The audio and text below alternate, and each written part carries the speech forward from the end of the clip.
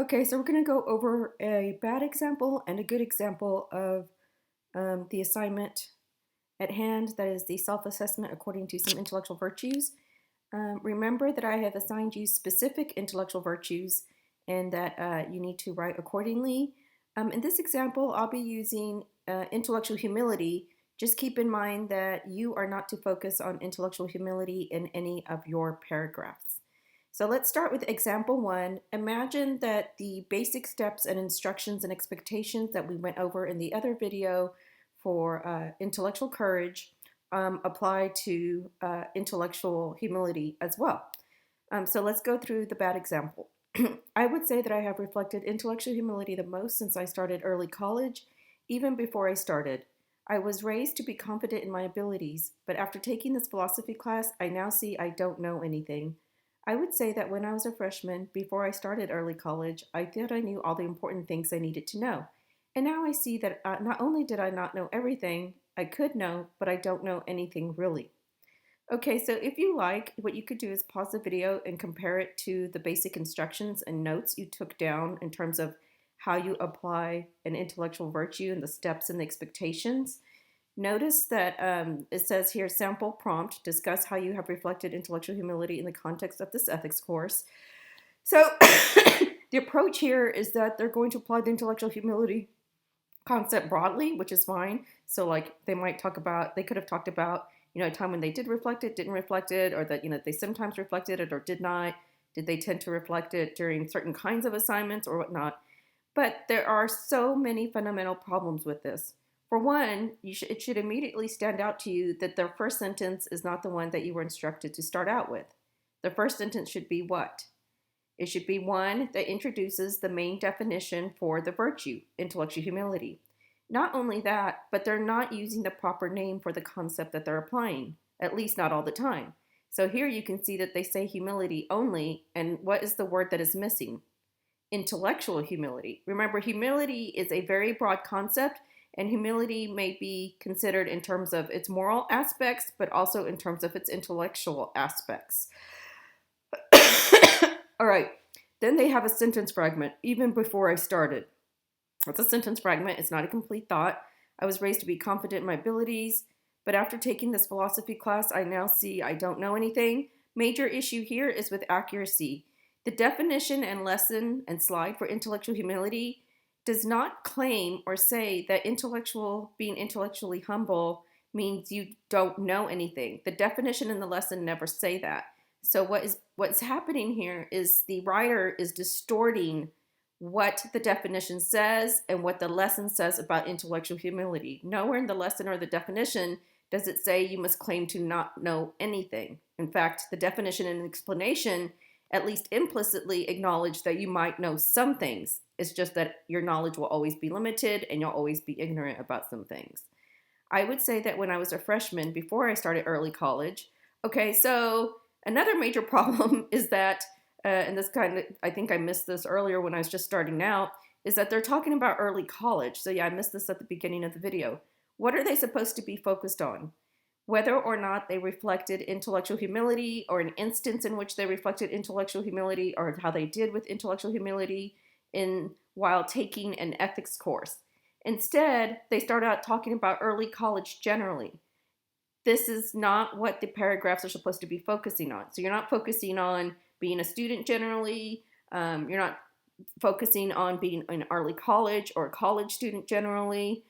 You're supposed to be focused on being a thinker and learner within a very specific course, and that is this course. So the idea is that you are assessing yourself at the end of the semester. I already lectured on that, so I won't continue on with that point. So not only do they not focus on whether or not or to what extent they reflected the intellectual virtue within this course, but they go beyond the early college context to what? Before early college. So that's definitely the wrong context for applying the concept of intellectual humility. I thought I knew all the important things I needed to know. That is the best thing that they have in here. This one sentence is what is usable. This sentence might be usable as well, but most of this is not usable. And now I see that not only did I not know everything, so they're repeating a falsehood. They misrepresent again the lesson on intellectual humility. I could know, but I don't know anything really. So basically saying the same thing again. Also, they don't put quotation marks or highlights around stuff that they lift from the definition or the bullet point. So I don't see enough of that. They keep using the word no, but they don't highlight that.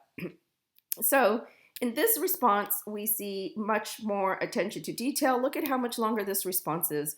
Now, I'm going to be honest with you. I tweaked a sample that I had for a different version of this class, for a different version of this assignment, and I made it more directly relevant to the context of you guys talking about your intellectual virtues uh, in life, but specifically your life within this class. And it ended up being about 300 words. I needed 300 words to say what I needed to say. So while I did tell you that each paragraph should be at least 150 words, or I gave you that as a word minimum, I had to write 300 words to get a really good response. So just keep in mind that 150 words might get you a C or a B, depending on how concise you are. Like, can you say a lot with a few words? But you might need to write as many as 300 words per paragraph if you're trying to get the highest grade possible. So if you're just shooting for 60 points, then you just need 3 paragraphs. Remember that. But if you're shooting for 160 points because you really need the 100 points, you obviously have to do a lot more intellectual work. So this just calls attention as a side note to the fact that the more on top of assignments you were, deadlines, following instructions, getting things done, and accumulating the points for the effort and engagement that you should have put into the class, the less you had to do at the end of the semester. So if you're feeling overwhelmed because you're going to have to write more, longer paragraphs, just consider, that is the result of, whatever did or did not happen in the semester. And I'm just saying that because some of you might be saying, well, this is a lot. Well, I mean, it is a college class. This is meant to be a learning experience, but it's also a factor of the choices you made previously. So, I'm just speaking to you like a coach. I'm not talking down to anybody. I don't have any bad thoughts or negative feelings. I'm just reminding you of that.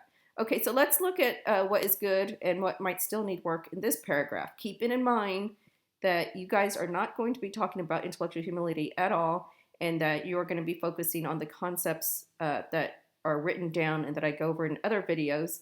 Another important warning is be careful while your ability to reflect or manifest one intellectual virtue, such as intellectual courage, is connected to intellectual empathy. While intellectual humility definitely connects to intellectual empathy, you got to make sure that when you're discussing and applying the intellectual virtue concept definition and lessons into whatever you've chosen to focus on in the context of your taking this class, that you do not come off as focusing on another concept. So if the student here is supposed to focus on the definition and lessons and hence words in the slide about intellectual humility, they should not come off as talking more about intellectual empathy.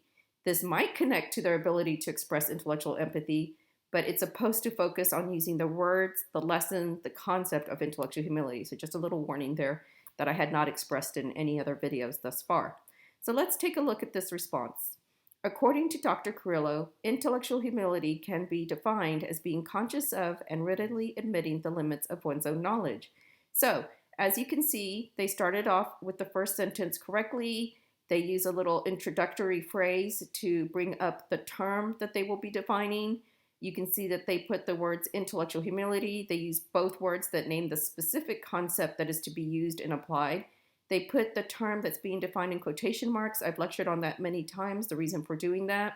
And then they properly cite the entire main definition and put it in quotation marks.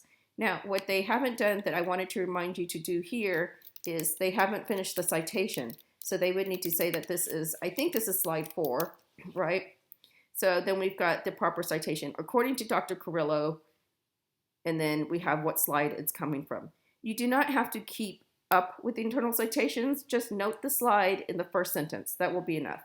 So in this paragraph, I'm going to explain how a failure to manifest this intellectual virtue led to a terrible consequence with respect to a grade I earned for this class. Okay, so what they're doing is they're assessing, they're explaining how the lack of a virtue led to a consequence, but at the same time, they're also assessing.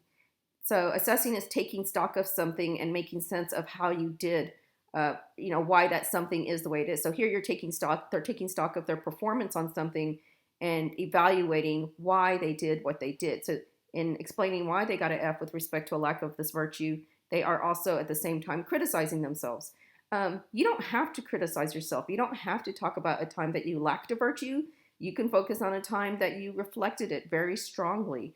And you might even have, like a transitional sentence that says, I'm going to focus on a time that I very strongly reflected this virtue, or a time that I failed to reflect this virtue, or I'm going to talk about a time that I began to reflect, the opposite of an intellectual virtue, but then came to reflect it. So you could say, for example, I'm going to start with a time that I was at first reflecting intellectual timidity, but then I came to reflect intellectual courage. And of course, you can talk generally, like in terms of when it came to discussion boards, I was generally, intellectually courageous, or I tended to lack intellectual courage. I'm just reminding you of things. All right. So, but this is a nice little transitional paragraph that tells me, how exactly they're going to assess themselves and relative to a very specific context. So they've chosen a specific assignment. Again, you don't have to choose a specific assignment or activity, but this person has. To start with, I assume that because I have strong moral convictions and always made A's on my essays, that I already knew all there is to know about writing. So really, I don't need to highlight this, but what do you see them doing? Let me unhighlight. They are highlighting words or word phrases that make it obvious, right, that they are applying definite words from the main definition and lessons with respect to what is in the definition. So here we have being conscious of and readily admitting the limits of one's own knowledge. So they put quotation marks, even though the word is so here they have the word knowledge, but what they didn't do, but what they needed to do was go ahead and put quotation marks around the word new, because it's a version of the word what? Knowledge. So we can do that here as well. So I'm just showing you how we can tweak this even a little bit more about writing any kind of essay. For this reason, I did not carefully read through nor listen to most or all of the videos that went with the Aristotle essay assignment. I guess you could say I was being intellectually arrogant. So this is a phrase that is actually in the lesson, so we're going to quote that. And again, the quotation marks and the highlighting do this because I want to see that you have, what does it do? Notice how highlighting keywords and phrases or synonyms thereof, or different versions of words from the lesson or the definition. Look at how this visually shows me that you are carefully connecting, embedding, weaving into your chosen example or context within this ethics class. I see that you are using and applying words, i.e. other concepts, relative to the main concept. So that's why I want you to do this. You can see how they're constantly applying the ideas and the lessons, the lesson on intellectual humility. So they say intellectually arrogant because I would not admit, and in fact, they could be even more specific. What does this say? Readily admitting the limits. So they could say that there might, where are we? Up here. Because I would not readily, and then quotation marks, readily, is readily admit together? Well, it's readily admitting, but we'll go ahead and put it around the whole phrase because it's just like different versions of the same words. That maybe Dr. Carrillo had a different idea or something new to teach me. So I don't think that the student needs to put quotation marks around this because they're not technically words nor synonyms that are in the definition, but they're still highlighted because they have a direct connection to the definition, right? So this means in part that I was not open to the idea that I could learn from a variety of sources and a variety of contexts. So this right here, it's not in the definition, it's from a bullet point in the slide on intellectual humility. And in this assignment, in each of your paragraphs, I do expect you to pull from at least one bullet point, maybe two. I couldn't really work on getting a second bullet point into this paragraph without turning this into like an actual essay. And remember, this is not an essay. You can see that there's no introductory paragraph. I don't want any kind of closing paragraph. I don't want any kind of summary. It's like you're just getting to the main point, the meat. of what needs to be said. Okay, so then still highlight the bullet point that you're pulling from, put quotation marks around it. Then we've got, it was not until I attended an extra credit session on intellectual virtue that I realized I was not being conscious. So what is this? Look right here, being conscious. So we can put that in quotation marks, and should. Being conscious of the need to entertain that there might be what? Okay, so here we have another phrase. So limits, this is limits of one's own knowledge. So here they could make this a little bit more precise. Limits, I'm going to put quotation marks like this, limits to my own, because in the definition it says one, and here we could really stress, or the student could really stress, that they're really focused on their own knowledge, their own thinking.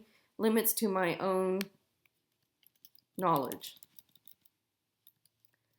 Whether it was about the essay or how to apply Aristotle's virtue ethics. In fact, I learned during the extra credit session that the videos focus specifically on the basic components of an ethics essay must have to apply moral theory in an adequate and compelling manner. I also learned that at least four of the videos provided more insight information on how Aristotle's method for determining what a good person might do, and hence what the right thing to do might be. Okay, so I haven't put these things in quotation marks, but actually, now look at this. So I pulled a quote from a bullet point that does have learn. So yeah, let's go ahead and put quotation marks around this to highlight, hey, I'm using words that name key concepts within the explanation for the main concept, intellectual humility. Okay, and then we've got, thing is, I did not know, so we want to put quotation marks, that I did not know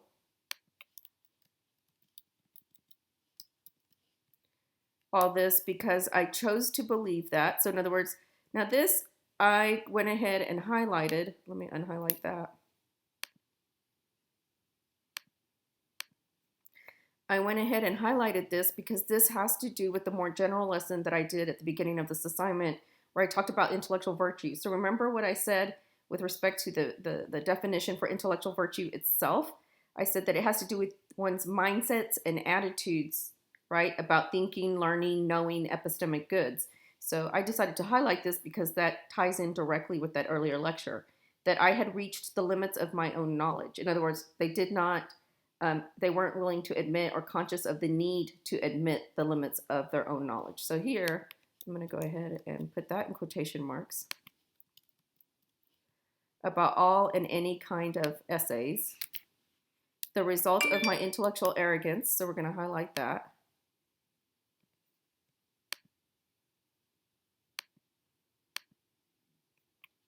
Put that in quotation marks.